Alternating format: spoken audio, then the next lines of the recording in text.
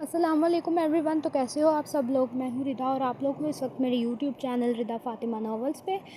تو میں زیادہ باتیں نہیں کرتی اور ناول کو سٹارٹ کرتی ہوں. اور عشق نور میں کل پوسٹ کر دوں گی انشاءاللہ. پوری کوشش ہے. یہ کہتے ہوئے اس نے ایک نظر شاہ پر ڈالی اور باہر نکل آیا. اس کے سامنے زین چیئر پر گھٹنوں میں سر دیے بیٹھا تھا اور پھر میر اس کے پاس جا کر بیٹھ گیا اور کندھے پہ ہاتھ رکھتے ہوئے تھپکی لگائی. کیا ہوا ہے زین؟ خاموش کیوں ہو؟ کچھ نہیں، ویسے ہی. پر میر بھائی، اب میں پریشان کس کو کروں گا؟ تنگ کس کو کروں گا؟ 3 مہینے ہو گئے ہیں آج. میرا بھائی کب ٹھیک ہوگا؟ انشاءاللہ جلدی ہی.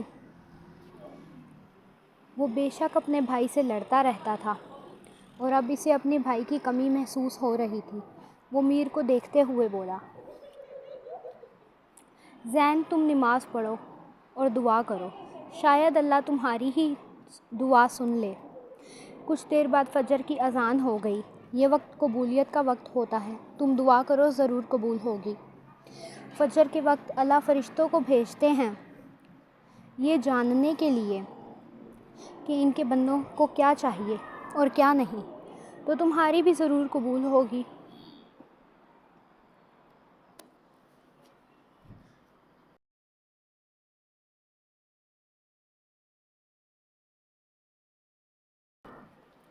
وہ شیشے کے سامنے کھڑی اپنا عکس دیکھ رہی تھی. کھلے بال، کالی آنکھیں جو لال ہو رہی تھیں. آنکھیں میچتے ہوئے وہ شیشے کے سامنے سے ہٹ گئی.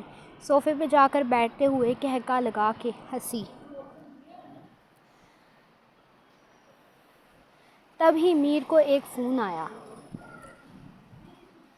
وہ اس کی چھوٹی بہن کا فون تھا. السلام علیکم بھائی. وعلیکم السلام. فجر کیسی ہو؟ میں ٹھیک ہوں. آپ کیسے ہیں بھائی؟ میں بھی ٹھیک ہوں. اچھا بھائی، میری پڑھائی پوری ہو گئی ہے تو کل میں واپس پاکستان آؤں گی. وہ پڑھائی کے لیے ترکی گئی تھی.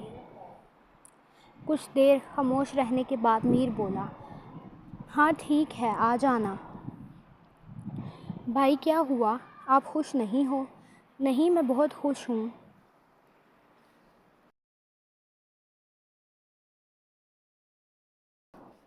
وہ پورے 2 سال بعد پاکستان آ رہی تھی.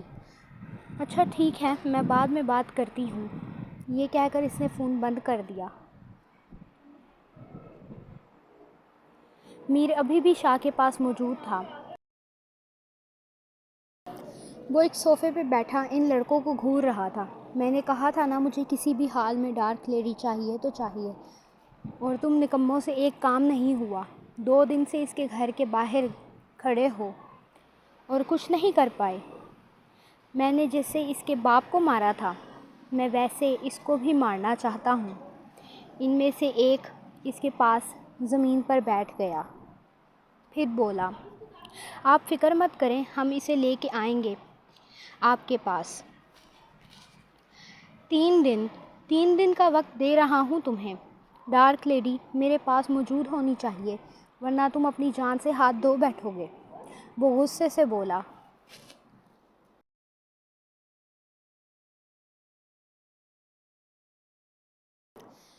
فجر کی اذانوں کا وقت ہو رہا تھا. وہ نماز پڑھنے مسجد گیا. مسجد کے باہر ایک فقیر بیٹھا تھا. زین کو دیکھتے ہی بولا، رک کہاں جا رہا ہے؟ نماز پڑھنے. وہ ہنسنے لگا.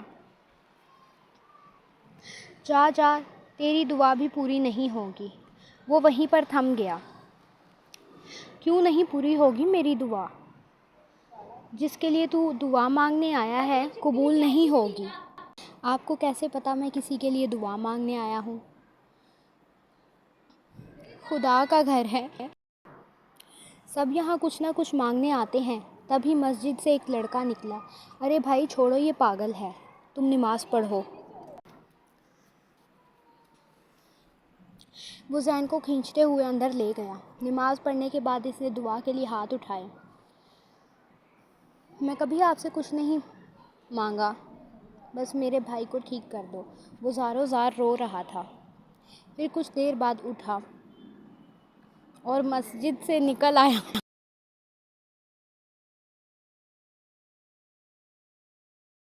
تب ہی میر کو فجر کی کال آئی۔ بھائی میں اسلام آباد ایئرپورٹ پر ہوں۔ کیا مجھے لینے آ جائیں گے آپ؟ میں تو نہیں آ سکتا ابھی، بلکہ رکو، میرے دوست کا بھائی ہے زین خان، وہ لینے آئے گا۔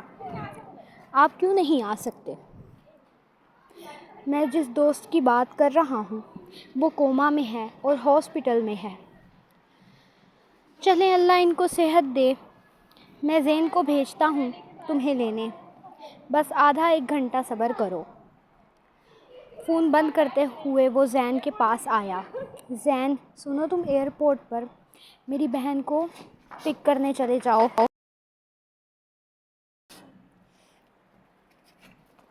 میر بھائی آپ چلے جائیں نا۔ ہاں، پر شاہ کا دھیان بھی تو رکھنا ہے، اسی لیے تم چلے جاؤ۔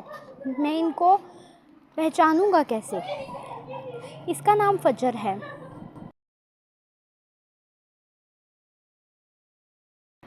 اس نے اپنے والد سے ایک فوٹو نکال کر اس کو تھمائی۔ یہ میری بہن فجر ہے، اس کو لے آؤ ہاسپٹل کے باہر، میں یہاں سے اسے گھر لے جاؤں گا۔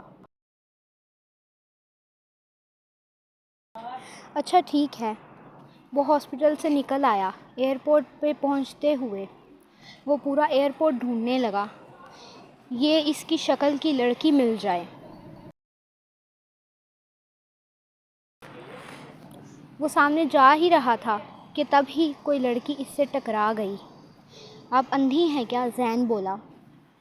شاید آپ اندھے ہو گئے ہیں مسٹر، میں دیکھ کے چل رہی تھی، تم دیکھ کر نہیں چل رہے تھے۔ اس نے ایک نظر فوٹو پہ ڈالی اور پھر اس لڑکی پر۔ یہ وہی فوٹو والی لڑکی تھی۔ آپ فجر ہیں نا؟ جی میں فجر ہوں۔ اور آپ زین خان ہیں نا؟ ہاں میں وہی ہوں، وہ سوچتے ہوئے بولا، اور اس کو لے کر گاڑی کے پاس آیا۔ وہ فرنٹ سیٹ کے پاس آ کر رک گئی۔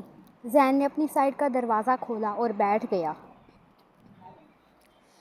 فجر کو لگا تھا زین اس کے لیے دروازہ کھولے گا۔ وہ پاؤں پٹکتے ہوئے بیٹھ گئی۔ ہاسپٹل کے باہر پہنچتے سار زین اس سے بولا، برائے مہربانی چپ چاپ یہیں پہ کھڑی رہنا۔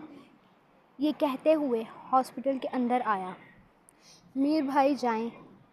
شکریہ زین، کوئی بات نہیں۔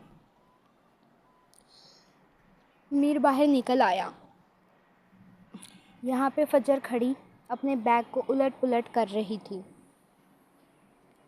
تبھی میر نے ایک ٹیکسی روکی اور بیٹھ گیا۔ گھر لے کے جاتے ساتھ اس کو پانی پلایا۔ اس کمرے میں تم رہ سکتی ہو، اور دوسرا کمرہ میرا ہے، وہاں مت آنا۔ وہ اس بات میں سر ہلاتی اپنے کمرے میں چلی گئی۔ فریش ہونے کے بعد فریج سے کھانا نکالتے ہوئے ڈائننگ ٹیبل پر آ کر بیٹھے، کھانا کھانے لگی۔ دوسرے دن صبح میر ہاسپٹل جانے لگا، تب ہی فجر کے روم میں آیا۔ فجر تم بھی چلو میرے ساتھ۔ کیوں بھائی آپ جائیں، میں تمہیں اکیلے نہیں چھوڑ سکتا، اس لیے سر پہ دوپٹہ لو۔ اس نے سر پہ دوپٹہ لیا اور اس کے پیچھے چلنے لگی۔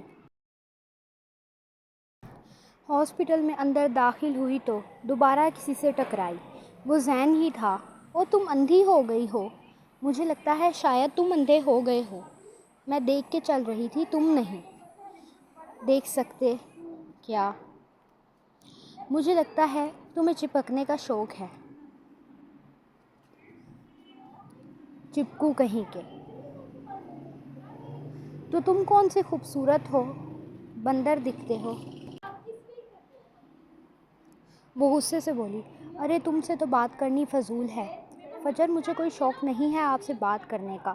وہ اس کو اگنور کرتے ہوئے آگے چل پڑی۔ زین اس کو گھورتا رہا۔ وہ شاہ زیب کے کمرے میں آ گئی۔ میر میرب پہلے سے وہاں موجود تھے۔ وہ جا کے میر کے پاس کھڑی ہو گئی۔ میر بھائی ان کو کیا ہوا ہے؟ ایک چیز کا صدمہ پہنچا ہے اور یہ کوما میں چلا گیا۔ 3 مہینے اور 2 ہفتے ہو گئے ہیں۔ اللہ ان کو صحت دے، آمین۔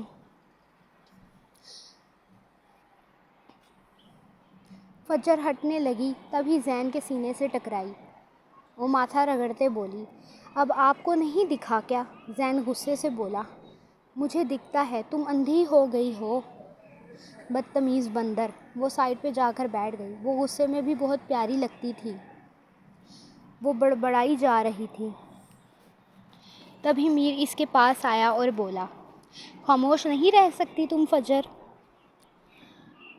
غلطی زین کی ہے، وہ بار بار مجھ سے ٹکراتے ہیں۔ میں دیکھ رہا ہوں، تم بھی تو ٹکرائی ہو اس سے۔ وہ اتنا اچھا لڑکا ہے، جان بوجھ کے نہیں ٹکرایا۔ وہ کوئی اچھا نہیں ہے، 1 نمبر کا بندر ہے۔ وہ بندر نہیں ہے، اس وقت وہ بس تھوڑا سا ٹینشن میں ہے کیونکہ اس کا بھائی کوما میں ہے۔ تم اگر اس سے بات کرتی ہو تو اچھا بیہیو کرو، مجھے ضرورت نہیں ہے اس بندے سے بات کرنے کی۔ تبھی زین ان کی باتیں سنتا پاس آیا۔ میر بھائی، مجھے چھپکلی سے بات کرنی ہے۔ شکل تو دیکھیں، چھپکلیوں جیسی ہے۔ اور آپ کیسے دکھتے ہیں؟ بندر، 1 نمبر کے بندر۔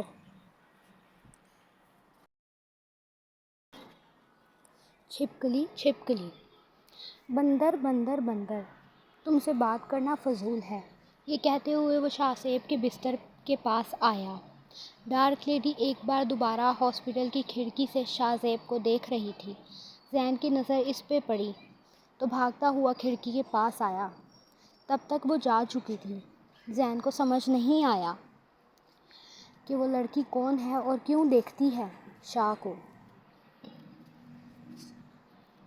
زین پھر سے شاہ کے پاس آ گیا۔ اس کو پھر سے لگا جیسے کسی کی نظر شاہ کو دیکھ رہی ہے۔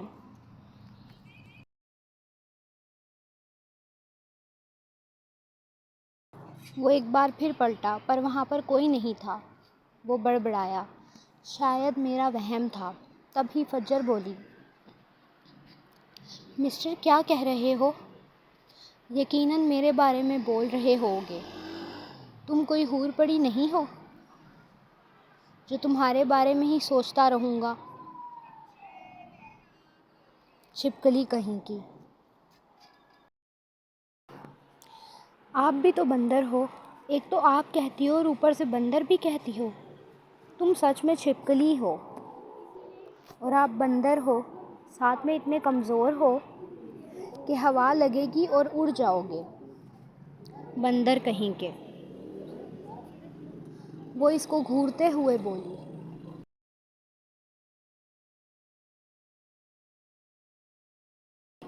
وہ اپنے بیڈ پر لیٹی چھت کو گھور رہی تھی۔